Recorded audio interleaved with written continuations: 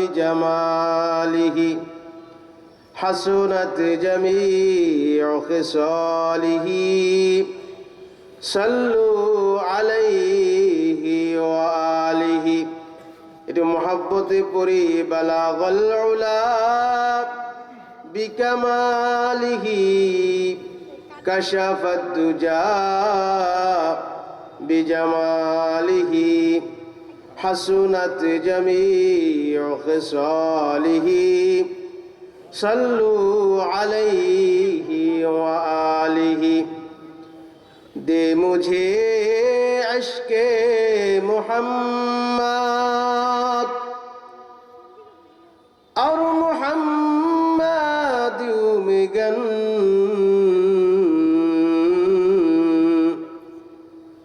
हो मोहम्मद ही मोहम्मद वरिद मेरा रात दिन बलगल उला बिकमालिही कशफत दुजा बिजमालिही حسنت جميع خصاله صلوا عليه وآله الحمد لله মাদ্রাসায়ে দারুল উলুম মানিকগঞ্জের উদ্যোগে আয়োজিত আন্তর্জাতিক ইসলামী মহাসম্মেলনের আজকের মহতারাম সদর আওলাদে রাসূল জানশীনে শাইখুল আরব ওয়াল আজম আল্লামা সৈয়দ আসজাদ মাদানী দামাত বারাকাতুহুমুল আলিয়া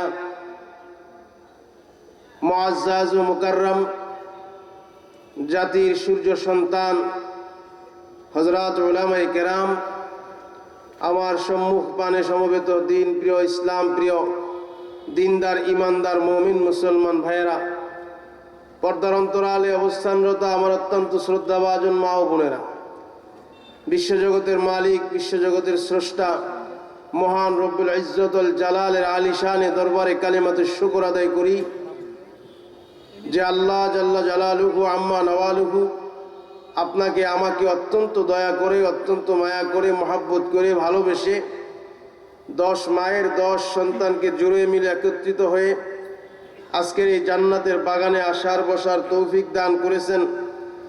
এজন্য দিল থেকে আল্লাহ পাকের শুকরিয়া আদায় করি আলহামদুলিল্লাহ। একটু আওয়াজ করে মহব্বতের সাথে আরেকবার বলেন না আলহামদুলিল্লাহ। আমি আপনাদের সামনে বরকতের নিয়তে কোরআনে হাকিমের একেবারে সবচেয়ে ছোট যে সূরা, এই সূরাখানা তেলাওয়াত করেছি। বলেন তো সূরার নামটা কি? সবাই বলেন, সূরায়ে কাউসার। সবাই আমার সাথে একবার একটু তেলাওয়াত করে ফেলবেন। বিসমিল্লাহির রহমানির রহিম। ইন্না আ'তাইনাকাল কাউসার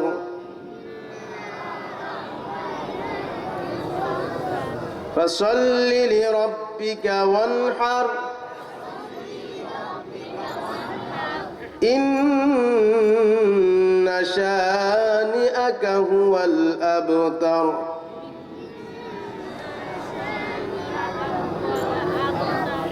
কোরআনে কারীমের একেবারে সর্বকনিষ্ঠ সূরা। কোরআনের মধ্যে সূরা আছে কয়টা বলেন? সবাই আওয়াজ করে বলতে হবে। সূরা কয়টা? 114টা। 114টা সূরার ভিতরে আল্লাহ তাআলা 112টা সূরা নাজিল করছেন এক রকমের, আর 2টা সূরা নাজিল করছেন একটু আলাদা।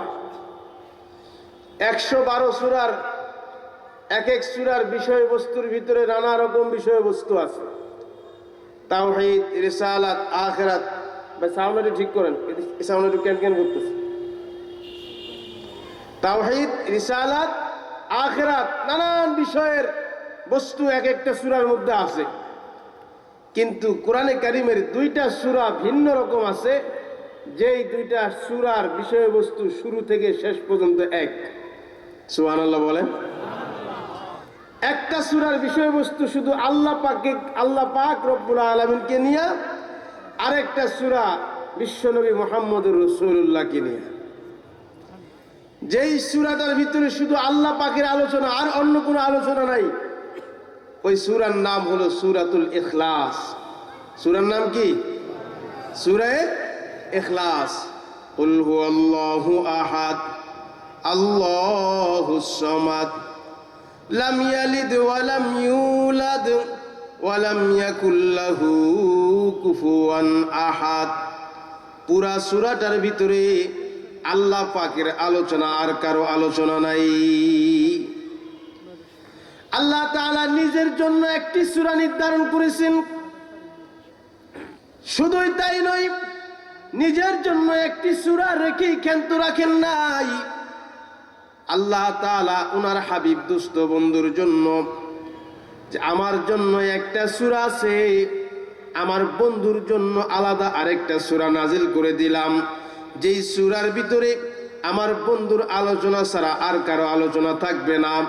ওই সূরাটার নাম হলো সূরাতুল কাউসার। তাহলে আল্লাহ তাআলা কেমন মুহাব্বত করেন বিশ্বনবী মুহাম্মদুর রাসূলুল্লাহকে? মুহাব্বত সবচেয়ে বেশি করে। সমস্ত নবী আদম থেকে ঈসা পর্যন্ত যত নবী রাসূল দুনিয়াতে আগমন করেছেন, সমস্ত নবী রাসূল, সমস্ত মানব, সমস্ত দানব, জিন, ইনসান, সমস্ত মাখলুকাতের মুহাব্বতকে যদি এক পাল্লায় রাখা হয়, আর বিশ্বনবীকে আল্লাহ পাক যে ভালোবাসাটি দিয়েছেন, ওই ভালোবাসাকে যদি আরেক পাল্লায় রাখা হয়, আমার নবীকে আল্লাহর মুহাব্বত সবচেয়ে বেশি হবে। আজকে কেন আমি এই সূরার বিষয়টা নিয়েছি? কারণ আমার পরেই আজকে এই জায়গায় এসে যিনি তাশরিফ আনবেন আপনাদের সামনে, আজকে আপনাদের খুশনসিব এই মানিকগঞ্জের মানুষের কপাল আজকে রাজকপাল। আমরা নবীজিকে দেখি নাই। দেখছেন নি কেউ? কথা বলেন, দেখছেন কেউ? নবীজিকে আমরা দেখতে পারি নাই, দেখা সম্ভব নয়। কিন্তু নবীজির আওলাদ আজকে এখানে আগমন করবেন। সুবহানাল্লাহ বলেন। নবীজির চেহারা দেখলে যেরকম মানুষের সমস্ত গুনাহ খাতা মাফ হয়ে যায়, নবীজির আওলাদদের চেহারা দেখলেও মানুষের সগীরা গুনাহগুলো মাফ হয়ে যায়। জোরে বলেন সুবহানাল্লাহ। কিছুক্ষণ পরে আগমন করতেছেন। আওলাদের কি ফজিলত! আল্লাহ তাআলা এই পুরা সূরাটা রাসূলের আওলাদ নিয়ে আলোচনা করেছেন। সুবহানাল্লাহ। এই সূরার একটা শানে নজুল আছে। শানে নজুলটা বুঝতে এই সূরার মূল আলোচ্য বিষয়টা আপনারা বুঝে ফেলবেন। শানে নজুলটা কি? মক্কার কুফারে মক্কার ভিতরে একটা নিকৃষ্ট কাফের ছিল, তার নাম হলো আস ইবনে ওয়াইল। নাম কি বলেন? আস ইবনে ওয়াইল। এই আস ইবনে ওয়াইল নবীজি সাল্লাল্লাহু আলাইহি ওয়াসাল্লাম ওনার দিকে যখন মানুষ দলে দলে ইসলাম কবুল করতেছে, নবীজির আখলাক দেখে, নবীজির চরিত্র দেখে, নবীজির সৌন্দর্য দেখে, নবীজির সুনাম দেখে, নবীজির কথাবার্তার মাধুর্যতা দেখে, নবীজির সিরত দেখে, সব কিছু দেখে দলে দলে যখন মানুষ ইসলাম কবুল করতেছে, এখন তার কিছু দুশ্মনও পয়দা হয়েছে। কথা বলে ঠিক কিনা? এখন এই দুশ্মনী মিটাইবে কি দিয়া? নবীজির সাথে গিয়া তো মারামারিও করতে পারে না, কারণ নবীজি তো আল আমিন নবী, মক্কার কুরাইশ বংশ, হাশিমি গোত্র। মারামারি করতে গেলে তার সাথে যুদ্ধ করতে গিয়া অবস্থা খারাপ হয়ে যাবে। কথা বলে ঠিক কিনা? আবার মামলা হামলাও করতে পারে না। এখন দেখবেন সমাজের মানুষ মারামারি, মামলা হামলা যখন সব দিক থেকে নিচে পড়া যায়, আখলাকের দিক থেকে, চেহারার দিক থেকে, কণ্ঠের দিক থেকে, আচরণের দিক থেকে, সব দিক থেকে যখন সে নিচে পড়া যায়, একটা দিক খোলা রাখে, সেটা হলো তার জায়গায় দাঁড়ায় দাঁড়ায় আরেক যার সাথে যুদ্ধ, যার সাথে দুশ্মনী, তাকে গালাগালি করতে থাকে। কথা বলেন ঠিক কিনা? এখন এই আস ইবনে ওয়াইল নবীজির এই দিন দিন তারাক্কি, দিন দিন ইসলামের বিজয়, লাখ লাখ মানুষের ইসলামে প্রবেশ, এইটা দেখা নবীজির গালাগালি শুরু করছে। কই নবীজির এত মানুষ আসলে কি হবে? নবীজির এত ইসলাম কবুল করলে কি হবে? এই ইসলাম বেশি দিন টিকবে না, কারণ নবীজির সন্তান টিকে না। নবীজি হলো আটকুরা। যেরকম নাউজুবিল্লাহি মিন যালিক। কি বলছে? নবীজির সন্তান হয় না, সন্তান যদি না হয় তাকে আমাদের দেশের ভাষায় কি বলে? আটকুরা বলে না, যে অপয়া অকর্মা সন্তান হয় না, এর বংশ টিকবে না, এর বংশ শেষ হয়ে যাবে। আস ইবনে ওয়াইল কুলাঙ্গার পৃথিবীর ইতিহাসে সর্বপ্রথম আমার নবীকে গালি দিয়েছে, কথা বলেন ঠিক কিনা? বর্তমানে কিছু নাস্তিক আর মুরতাদ আছে যারা আমার নবীজিকে গালি দেয়, আছে না নাই? আছে না নাই?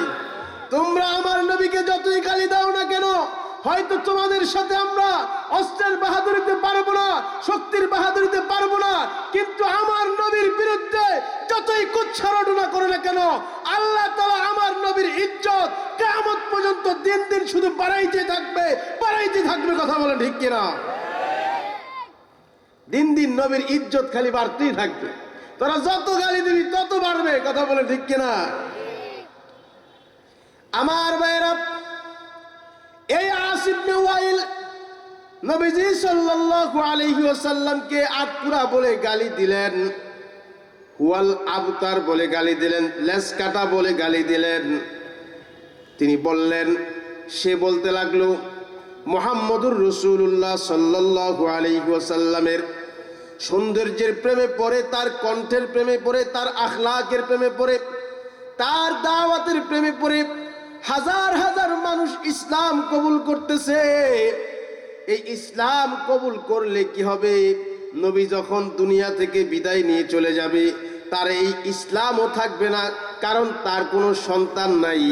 নবীজি চলে যাওয়ার পরে মানুষ যখন তার কোনো সন্তান সামনে পাবে না, তখন এই ইসলাম ধর্ম ত্যাগ করে আস্তে আস্তে সব আবার বেদিন হয়ে যাবে। এরকম একটা চিন্তা ভাবনা করতেছিল আর কি। আল্লাহ তাআলা সূরা কাউসার নাজিল করে জবাব দিয়ে দিয়েছেন। সাহাবায়ে কেরাম বলতে থাকলেন, এই জবাবে বলতে লাগলেন, তোমরা যে বলো আমার নবীর সন্তানরা টিকে না, নবীজির লাশকাটা, নবীজির সন্তান দিন দিন মারা যায়, কিন্তু আমরা তো দেখি নবীর হয়তো ছেলেরা মারা যায়, কিন্তু নবীর মেয়েরা তো দুনিয়াতে জীবিত আছে। জোরে বলেন সুবহানাল্লাহ। নবীজির মেয়ে কয়জন বলেন? 4 জন। কয়জন? কয়জন? হযরতে সাইয়্যিদা ফাতেমা রাদিয়াল্লাহু তাআলা আনহা, হযরতে রুকাইয়া রাদিয়াল্লাহু তাআলা আনহা, হযরতে উম্মে কুলসুম রাদিয়াল্লাহু তাআলা আনহা, এরকম 4 জন কন্যা সন্তান আল্লাহর নবীর দুনিয়াতে তারা তাদের বিয়ে হয়েছে, তাদের সন্তান হয়েছে। এর ভিতরে হযরত ফাতেমা রাদিয়াল্লাহু তাআলা আনহা সাইয়্যিদাতুন নিসাই আহলিল জান্নাত, ওনার সন্তানদের মধ্য থেকে হযরত হাসান আর হুসাইনের বংশ থেকে আজ পর্যন্ত কিয়ামত পর্যন্ত আল্লাহর নবীর বংশ রক্ষা হইতেই থাকবে। সুবহানাল্লাহ। জি জি। আমার ভাইরা, ওই ফাতেমা রাদিয়াল্লাহু তাআলা আনহার বংশ থেকে আস্তে আস্তে আজকে যিনি আমাদের এখানে আগমন করেছেন, সৈয়দ শাইখুল আরব আল আজম হযরত হুসাইন আহমদ মাদানী রাহমাতুল্লাহি আলাইহি, ওনার আওলাদ, উনি যেরকম আজমের শেখুল হাদিস ছিলেন, উনি মদিনা শরীফে আল্লাহর রাসূলের রওজার পাশে দাঁড়ায়া দাঁড়ায়া 16 বছর পর্যন্ত বুখারী শরীফ পড়াইছেন। তার সন্তান আজকে আগমন করেছেন। আল্লাহু আকবার বলেন। ওই সমস্ত কাফের আর বেঈমান আর নাস্তিক আর মুরতাদেরা, আবু লাহাব, উতবা, শাইবা, আস ইবনে ওয়াইল, নজর ইবনে হারিস, এইভাবে যে সমস্ত দুশমন রাসূল আমার নবীকে নির্বংশ বলে গালি দিয়েছিল, আজকে আওলাদ রাসূলের আগমন প্রমাণ করে দিয়েছে আমার নবী নির্বংশ নয়, ওই সমস্ত আবু জাহেলের কুষ্টিরাই নির্বংশ। কথা বলেন ঠিক কিনা? ওই আবু জাহেলের কোন সন্তান দুনিয়াতে নাই, তার কোন বংশের নামও কেউ নেয় না, এমনকি কোন ধর্মের মানুষও আবু জাহেলের নাম রাখে না। কথা বলেন ঠিক কিনা? আবু লাহাব কারো নাম রাখে না, উতবা কারো নাম রাখে না, কিন্তু মুহাম্মদ সাল্লাল্লাহু আলাইহি ওয়াসাল্লামের সন্তানদের নাম কিয়ামত পর্যন্ত থাকবে। চিৎকার করে বলেন সুবহানাল্লাহ। আমার ভাইয়েরা, ওই আওলাদ রাসূল আপনাদের সামনে আগমন করেছেন, এত বড় ব্যক্তিত্ব আগমন করেছেন, এত বড় আয়োজন করা হয়েছে। এই আওলাদে রাসূলের দেখা, চেহারা দেখা আপনাদের সৌভাগ্য কিনা বলেন? আপনি ইচ্ছা করলে কি দেখতে পারবেন? তাদের সামনে কি ইচ্ছা করলে বসতে পারবেন? এই যে আপনাদের জন্য এই আয়োজনটা যিনি করেছেন মাওলানা ওবায়দুল্লাহ ভাই, ওনার সাথে আমাদের একটু সহযোগিতা করা দরকার কি করে না? দরকার না? বলেন দরকার কি দরকার না? আওলাদে রাসূল সাল্লাল্লাহু আলাইহি ওয়াসাল্লাম যাদের কারণে নবীজির বংশ রক্ষা হয়েছে, সাথে সাথে আপনার আর আমার সহযোগিতা এবং তাদের এই আগমনের জন্য যদি আমরা কিছু সহযোগিতা করতে পারি, ইনশাআল্লাহ এই সহযোগিতা আমাদের জন্য কাল কিয়ামতের ময়দানে আল্লাহর রাসূলের হাতে সুপারিশ পাওয়ার জন্য আমাদের নাজাতের উসিলা হবে। কথা বলে ঠিক কিনা? এই জন্য ভাইয়েরা, আমি আপনাদের কাছে অনুরোধ করব, আজকের এই মাহফিল ইন্তজামের জন্য আমরা খুশি খুশি 5,000, 10,000, 20,000 যার যেমন তৌফিক আছে নিজের নাজাতের উসিলা মনে করে আমরা এই মাহফিলের জন্য সহযোগিতার জন্য হাত বাড়াইয়া দিব। কে আছেন যে 5,000 টাকা দিয়ে আজকের এই মাহফিলকে সহযোগিতা করবেন? আমরা এতগুলা মানুষ তার জন্য দোয়া করব। আওলাদে রাসূলের রুহানি দোয়াও আপনার উপরে আসবে ইনশাআল্লাহ। দেখি একটু হাতটা উঠে একটু নামটা বলেন, আজকে দোয়া হবে।